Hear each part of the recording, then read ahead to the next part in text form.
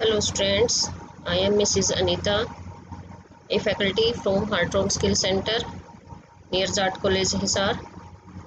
आज का हमारा टॉपिक है वीबी स्क्रिप्ट। वीबी स्क्रिप्ट में एरे। आज हम वीबी स्क्रिप्ट में एरे कर रहे हैं चैप्टर 6। हम ये शो करते हैं, स्लाइड शो करते हैं इसका। एरे है क्या? सबसे पहले हम ये देखते हैं एरे है क्या। We know variable that variable is the container to store a value. ये हमें पता है कि वेरिएबल एक कंटेनर है वैल्यू स्टोर करने के लिए। Sometimes developer are in position to hold more than one value in a single variable at a time. क्या डेवलपर कई बार सिंगल वेरिएबल में हम more than one value hold कर सकते हैं। When a series of value is stored in a single variable then it is known as array. और जब हम एक सिंगल वेरिएबल में more than one value store करते हैं तो हम उसे एरे कहते हैं। तो ये तो हमारा array. The position of first element in an array is 0। ये हमें ध्यान रखना है कि एरे की फर्स्ट एलिमेंट की जो पोजीशन है वो 0 से स्टार्ट होती है। ये हमें ध्यान रखना है। एरे क्या है? सिंगल वेरिएबल के अंदर मोर देन वन वैल्यू हम स्टोर करते हैं और इसकी जो फर्स्ट एलिमेंट की पोजीशन है वो 0 से स्टार्ट करनी है हमें। सिंटैक्स है एरे आर्गुमेंट लिस्ट। देखिए argument list required a list separated by comma of values that is in the element in a array। हमें जो आर्गुमेंट्स एरे के अंदर हम दे रहे हैं वो हमें कॉमा से सेपरेट करनी होती है। आर्गुमेंट लिस्ट में हम अपनी वैल्यूज देते हैं। ये था। अब है एरे डिक्लेरेशन। एरे को हम डिक्लेयर कैसे करते हैं? Method 1 using dim. डिम के थ्रू। देखिए डिम एरे 1 विदाउट साइज। यहाँ पे आर्गुमेंट, यहाँ हमने कोई साइज भी नहीं दिया, ना ही कोई आर्गुमेंट दे रहे हैं। डिम एरे 1, यहाँ पे हमने आर्गुमेंट लिस्ट हमारी खाली है विदाउट साइज है। Method 2 mentioning the size. Dim array 2 size दिया 5। देखिए डिक्लेयर्ड विद साइज हो। डिम एरे 2 हमारा एरे का नेम है, एरे 2 साइज है 5। ये हमारा सेकंड मेथड है एरे को डिक्लेयर करने का। अब आते हैं मेथड 3 पे using array parameter. Dim array 3, ये एरे का नेम हो गया array 3। Array Apple orange grapes, 3 हम पैरामीटर दे रहे हैं इसके अंदर। तो ये 3 मेथड्स हैं हमारे पास जिनमें से हम कोई भी अपने रिक्वायरमेंट के अकॉर्डिंग एरे डिक्लेरेशन यूज कर सकते हैं। अब है array. Although array size indicated as 5, हम it can hold 6 value as array index starts from 0। देखिए यहाँ पे हमने एरे का वैल्यू कितना लिया है? साइज हमने लिया 5। Array size indicated as 5, it can hold 6 value. ये अगर साइज 5 है तो ये 6 वैल्यू होल्ड करेगी क्योंकि ये 0 से स्टार्ट होता है। Array index can not be negative. Array index negative नहीं होना चाहिए। VB script array can store any type of variable in array, hence an array can store an integer, string, integer। देखिए हम जो वैल्यू दे रहे हैं वो हमारी कोई भी डेटा टाइप्स हो सकती है। Integer, string, character, single array. इन्हें सिंगल एरे वेरिएबल हम स्ट्रिंग दे सकते हैं, कैरेक्टर दे सकते हैं, फ्लोट वैल्यू दे सकते हैं। तो ये हम डिफरेंट डेटा टाइप्स की वैल्यू हम एरे के अंदर स्टोर कर सकते हैं। फिर assigning value to an array. अब एरे को हमें वैल्यू असाइन करनी है। The value are assigned to array by specifying array index value against each one of the values to be assigned. It can be string। हम जो value दे रहे हैं वो एरे इंडेक्स के अकॉर्डिंग देते हैं कि हमने साइज 5 दिया, 5 वैल्यू दे रहे हैं तो ये 0 इंडेक्स पे स्टार्ट होगी। जो पहली वैल्यू है तो ऐसे 0 से स्टार्ट होती है इंडेक्स के अकॉर्डिंग। उसी के अकॉर्डिंग हम अपनी वैल्यू देते हैं कि उसके इंडेक्स को 0 मानकर। तो असाइनिंग वैल्यू टू एन 0। इसका हम एग्जांपल देखते हैं। देखिए डिम एरे 5, ये एरे का नेम है, ये साइज है। अब हमें इनको वैल्यू देनी है एरे 0, ये क्या इंडेक्स है 0 इसका, 0 पे हम दे रहे हैं 1, 1 क्या है नंबर एज ए स्ट्रिंग, ये हमने डबल कोट्स लगाया 1 के दोनों साइड, तो ये हमारी स्ट्रिंग बन गई है। एरे 0 इंडेक्स पे हमने दिया 1, एरे 1 साइज 5 है तो ये 0 to 5 ऐसे इंडेक्स ये बनेगा इसका। देखिए 0 से 5 तक वैल्यू स्टोर कर सकते हैं, साइज 5 है तो।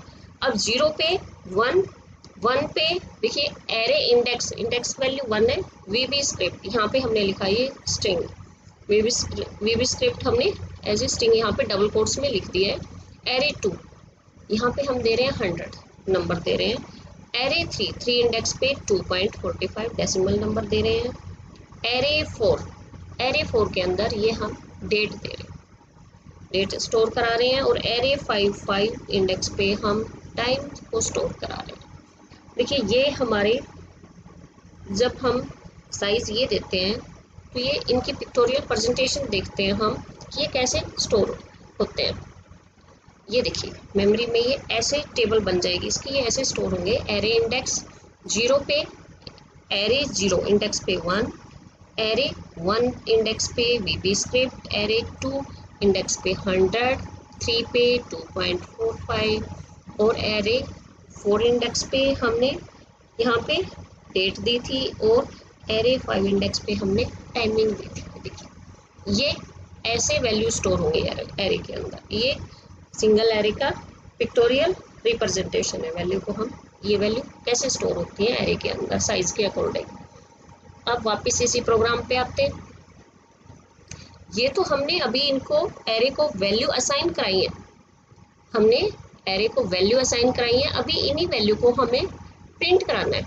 देखिए मैसेज बॉक्स में लिखेंगे value stored in array index 0। ये देखिए ये इंडेक्स 0 है, इस पे वैल्यू स्टोर करानी है यहाँ, इसलिए हम यहाँ पे लिखेंगे एरे 0, यहाँ पे एरे 0।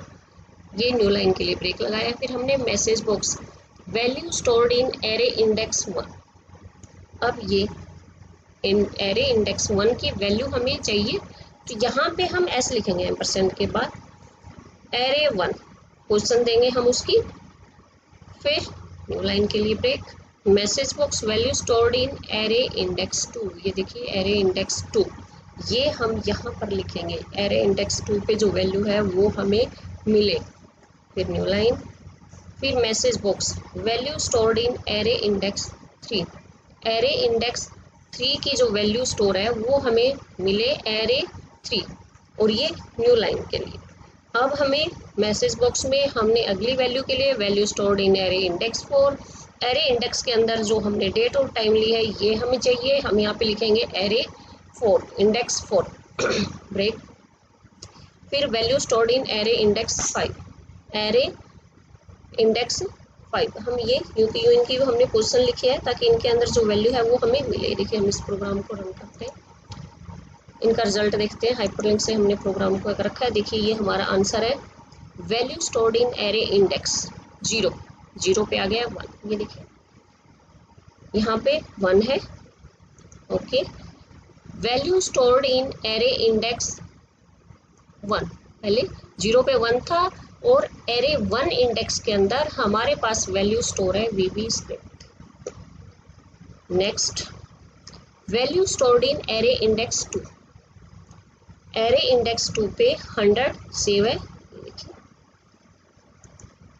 फिर एरे इंडेक्स 3 पे 2.45 ये है। एरे 4 ये हमारा जो इसमें डेट है वो और ये टाइम। इस तरह ये हमारा प्रोग्राम रन हो गया और यहाँ पे जो हमने इंडेक्स पोजीशन दी है वो उनकी वैल्यू हमें शो हो जाएगी।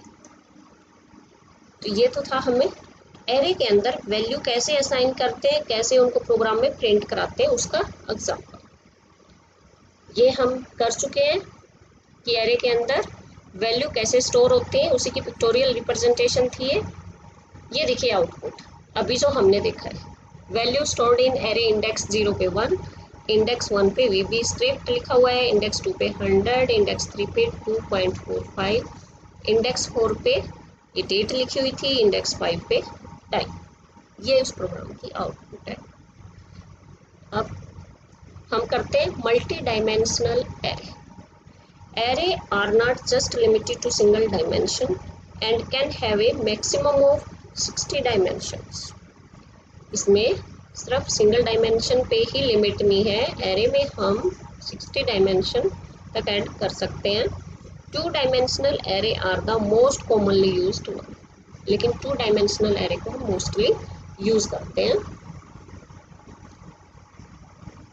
ये देखिए, ये हम इसका एक एग्जाम्पल लेते हैं 2 डायमेंशनल एरे का। डिन एरे 2 3 2 डायमेंशनल एरे है, तो हम 2 डायमेंशनल एरे क्या होता है, एक मैट्रिक्स और एक टेबल के फॉर्म में होता है, उसमें रो और कॉलम दोनों यूज करते हैं। तो यहाँ पे हमने 2 लिया है, ये रो है, इस एरे के अंदर हम 2 रो ले रहे हैं और 3 कॉलम ले रहे हैं। फर्स्ट 2 लिखा है, ये रो को इंडिकेट कर रहा है, ये कॉलम के नंबर कितने कॉलम है, एरे 0 0। अब हम इसको टेबल की फॉर्म में लेते हैं, तो एरे 0 0 पे हमने लिखा एप्पल, एरे 0 1 पे ऑरेंज। देखिए ये 0 से स्टार्ट होगा, 0 से 2 और ये 0 से 3। यहाँ पे ये हमारी रो है, ये हमारे कॉलम है, ये हमारा 0 की रो, ये हमारे कॉलम। तो ये हमने वैल्यू स्टोर किए हैं। फिर है एरे 1 कुकुम्बर। ये देखिए, ये मैं इसकी आपको पिक्टोरियल रिप्रेजेंटेशन दिखाती हूँ नेक्स्ट स्लाइड में। ये देखिए 0 0 एप्पल, 0 1 ये 0 की रो है और ये कॉलम है, ये 0 0 रो और कॉलम 0, ये 0 रो है 1 कॉलम है, 0 रो 2 कॉलम, 0 रो 3 कॉलम। ये 1 नंबर की रो है और कॉलम ये 0 है, 1 1 1 रो 1 कॉलम, 1 रो 2 कॉलम, 1 रो 3 कॉलम। देखिए 2 रो 0 कॉलम, 2 रो फर्स्ट कॉलम, 2 रो 2 कॉलम और 2 रो 3 कॉलम्स। ऐसे हम ये ऐसे टेबल मैट्रिक्स ऐसे बनेगी जब हम इन वैल्यूज को स्टोर करेंगे। जब ये देखिए, अब हमने ये वैल्यू इसके अंदर स्टोर की हुई है इसी के अकॉर्डिंग।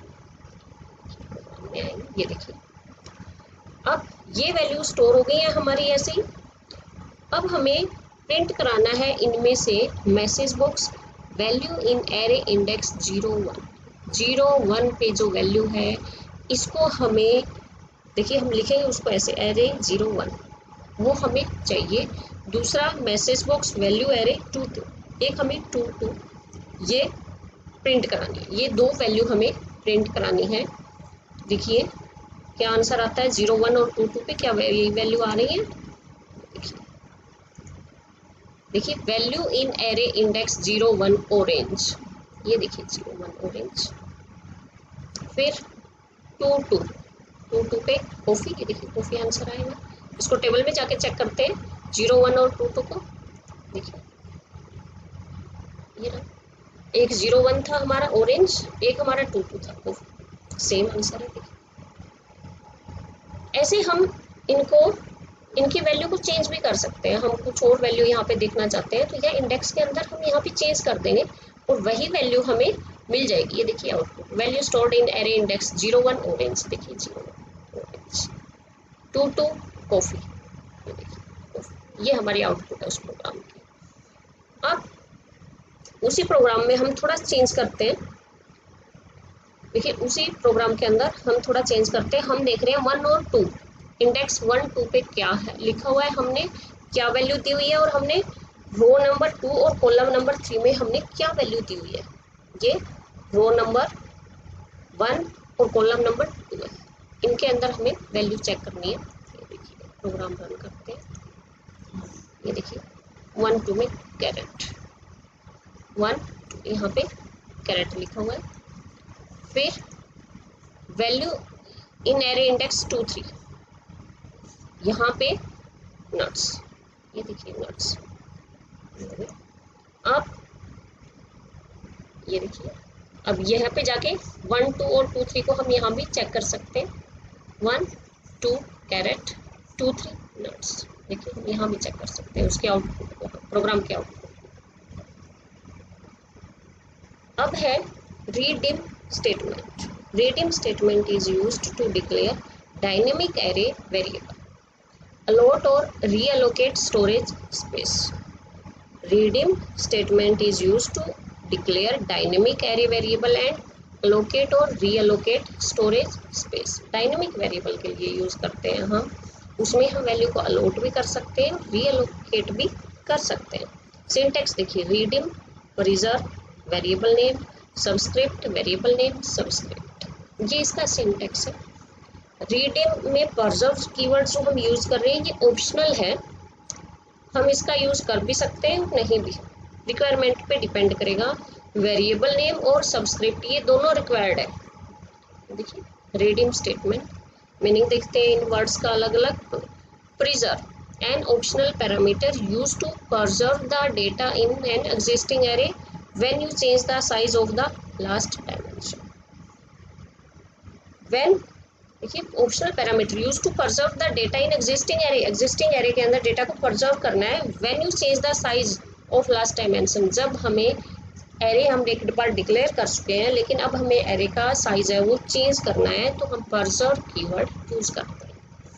वेरिएबल नेम ए रिक्वायर्ड पैरामीटर है विच denotes name of the variable which should follow the standard variable naming convention. कह रहा है विच denotes the name of variable, ये हमें नेम ऑफ वेरिएबल इंडिकेट करता है. फिर है subscript, required parameter which indicate the size of, जो हमें साइज देना है. तो इस तरह ये redeem स्टेटमेंट्स में 3 कीवर्ड्स यूज होते हैं. इन वर्ड्स का मीनिंग हमने समझा. फिर एग्जांपल में देखिए, इन दिस एग्जांपल अभी जो करेंगे, an example has been redefined and then preserve the value when existing size of array is changed. देखिए एग्जांपल करते हैं उसका. dim a I is equal to 0, redeem a 5. A array है हमारा, हमने साइज दिया है 5. A0 पे हमने दिया XYZ as a string. A1 पे ये वैल्यू दिया हमने 41.25, A2 पे 22. ये हमने एरे का साइज 5 और ये 3 वैल्यू इसके अंदर हमने दिए हैं. फिर redeem preserve A. अब हम क्या कर रहे हैं, एरे के साइज को चेंज कर रहे हैं. जब भी हम गिवन एरे के साइज में चेंज करते हैं तो preserve कीवर्ड यूज करते हैं, ये हमने यूज किया है. और फिर इसको कंटिन्यू कर रहे हैं. 4i 327 ai is equal to i. Array index में जो i की वैल्यू है ये आ जाएगी. नेक्स्ट कीवर्ड है फॉर लूप के एंड में. ये देखिए अभी हमें ये प्रोग्राम है, इस प्रोग्राम को रन करके देखते हैं. सबसे पहले A0 में क्या है, XYZ, ये वैल्यू आ गई है. देखिए फिर A1 पे क्या वैल्यू है 41.25, ये वैल्यू आ गई है. A2 पे क्या है 22, ये आ गए. और अब देखिए 3 आ गए, क्योंकि A3 इंडेक्स में हम 3 दे रहे हैं. 3 से स्टार्ट किया है हमने, 0 से स्टार्ट है, 1 2 3, 3 पे 3 है. अब देखिए 4 5 6 7, ये इस तरह ये हमारा, हमने इसको प्रोग्राम को रन किया. preserve कीवर्ड ने क्या किया है, इन वैल्यू को स्टोर कर लिया, पहले वाली वैल्यू को, और इन्हीं को कंटिन्यू कर लिया 3 से. हमने एरे के साइज को 5 से 7 कर दिया. एरे का साइज पहले हमने 5 दिया है लेकिन अब हमने एरे के साइज को चेंज करके 7 कर दिया है. तो अभी उसी एरे के अंदर हमने कॉलम और बढ़ा दिए और उसी के अंदर पूरे के अंदर हम ये वैल्यू स्टोर कर रहे हैं कंटिन्यूटी में. तो ये हमने इसका प्रोग्राम किया. ये देखिए आउटपुट इस प्रोग्राम की 1 2 3 4 5 6 7, 0 से 0 1 2 3 4 5 6 7, ये आउटपुट रहेगी उसकी. ऐसे एरे इंडेक्स इसके अंदर वैल्यू को स्टोर करेंगे 0 से 7 तक. ये वैल्यू A0 से A7 तक ऐसे स्टोर रहेंगे.